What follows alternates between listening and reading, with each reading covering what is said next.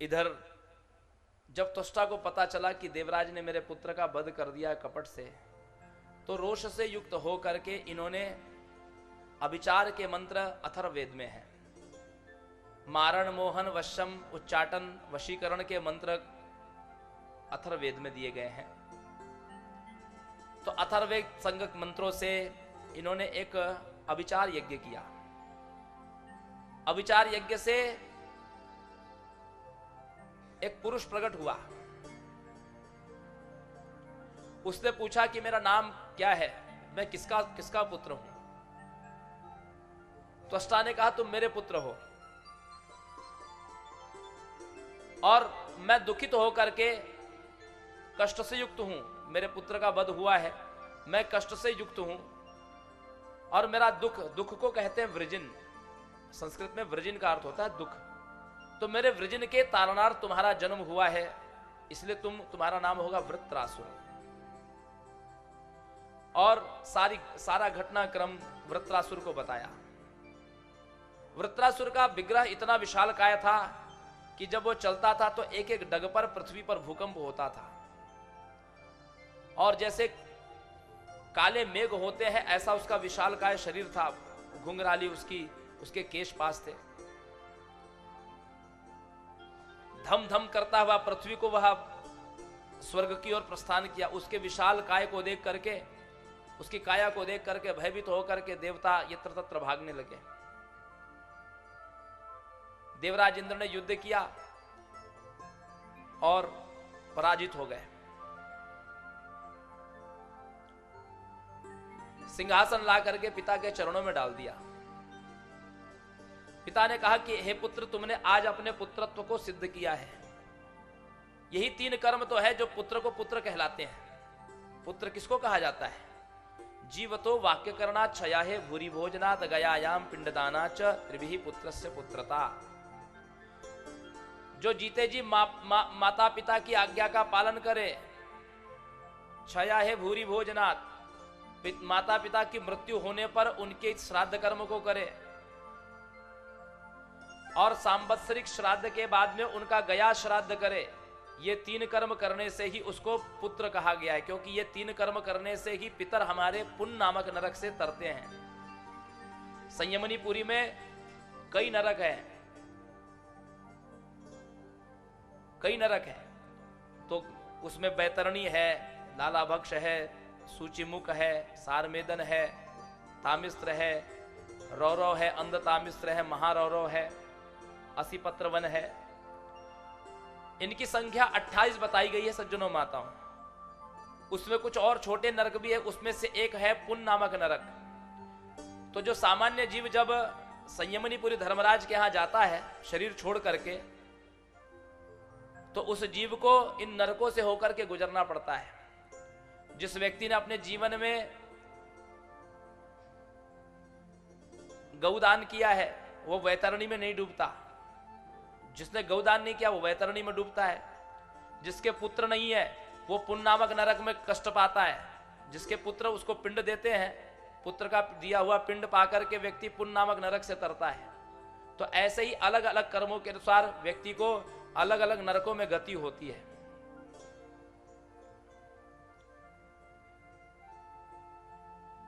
तो इन्हीं 3 कर्मों के द्वारा उसको पुत्र कहलाता है।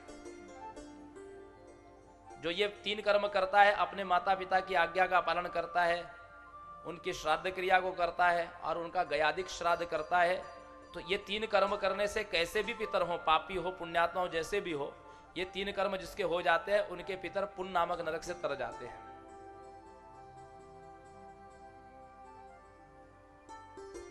तो सज्जनों माताओं, वृत्रासुर को त्वष्टा ने कहा देखो तुम तपस्या करो, क्योंकि देवराज सहज हार मानने वालों में से नहीं है, वो फिर लौटेंगे। तो तुम अपने तपस्या से अपनी शक्ति को और पुष्ट करो। ब्रह्मा जी की आराधना की।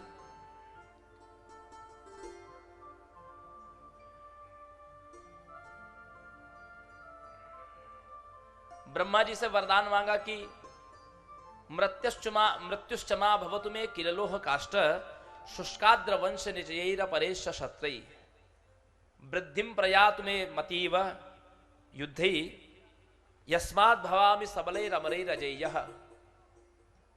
कि मैं ये वरदान चाहता हूं कि मृत्युश्चमा भवतु मे किललोह काष्ठ, लोहे से या लकड़ी से मेरी मृत्यु न हो, क्योंकि बाण के आगे जो फल लगा होता है वो धातु का होता है और बाण लकड़ी का होता है। तो मृत्युश्चमा भवतु मे किललोह काष्ठ। दूसरी बात, शुष्काद्र वंश निचयैर परेश शस्त्रै ही, न तो किसी गीली वस्तु से मेरी मृत्यु हो, न तो सूखी वस्तु से मेरी मृत्यु हो, और वंश निचयैर शस्त्रै ही, बांस से उत्पन्न कोई भी हथियार से मेरी मृत्यु न हो। वृद्धिम प्रयातु मम वीर्य मतीव युद्धे,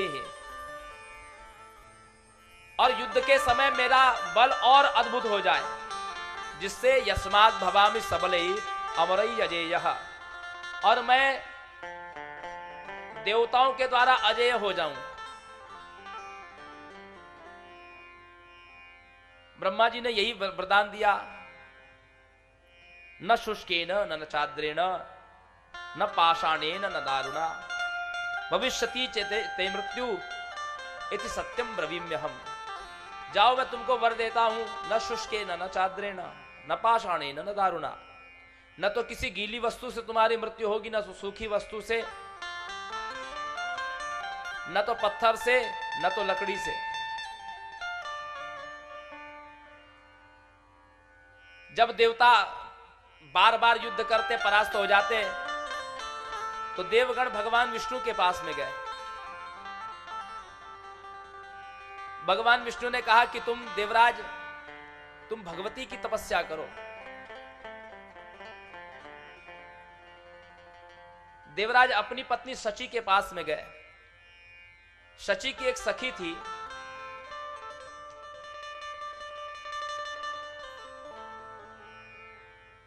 शची को सखी लेकर के भगवती की आराधना के लिए लेकर के गई। देवी शची 16 मातृकाओं में से है। जो 16 मातृका यहां पर मंडल में है, उसमें पहली है गौरी, दूसरी है पद्मा और तीसरी है शची। इंद्र बदलते हैं सज्जनों माताओं, शची नहीं बदलती। शची वही रहती है, मातृका एक ही रहती है।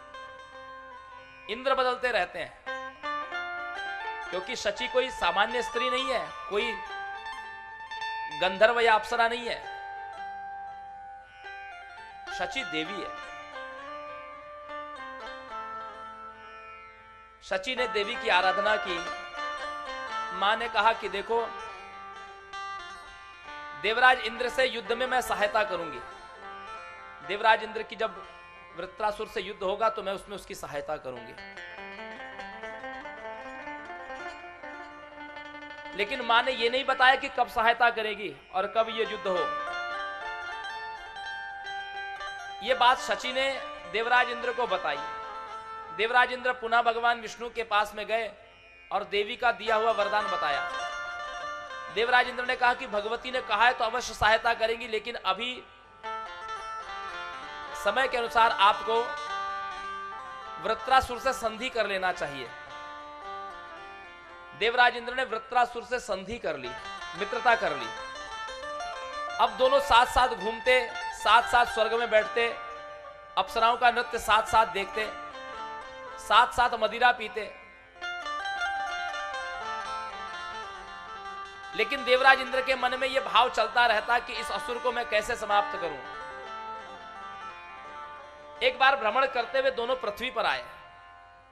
पृथ्वी में समुद्र के तट पर ये दोनों भ्रमण कर रहे थे। समुद्र के तट पर तभी देवराज इंद्र की दृष्टि समुद्र की आती हुई लहरों पर पड़ी। लहरें पर्वतों से टकराती थी और पर्वतों के किनारे, शिला के किनारे फेन राशि जमा होती थी। समुद्र के फेन को देख करके देवराज इंद्र विचार करने लगे कि क्या यह फेन गीला है अथवा सूखा है।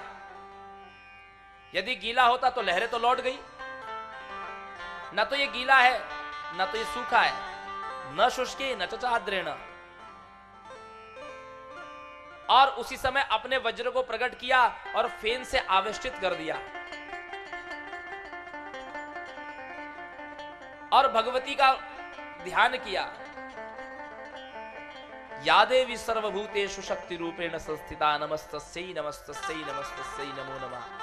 जो देवी समस्त प्राणियों में शक्ति रूप से विद्यमान है उसको नमस्कार है, नमस्कार है, बारंबार नमस्कार है। मां का जैसे ही आवाहन किया है तो मां उस वज्र में प्रकट हो गई। वज्र तो आयुध है लेकिन उसके ऊपर जो आवेष्टन है वो तो फेन राशि का है, न तो गीला है न तो सूखा है। और इस समय निर्भीक था, स्वच्छंद था, वृत्रासुर निरायुध था। उस समय वृत्रासुर के पास में कोई आयुध नहीं थे और बिना किसी चेतावनी के वृत्रासुर के ऊपर अपना वज्र फेंक दिया। वज्र जो ही हृदय पर लगा, वृत्रासुर धराशायी होकर के पृथ्वी पर गिर पड़ा।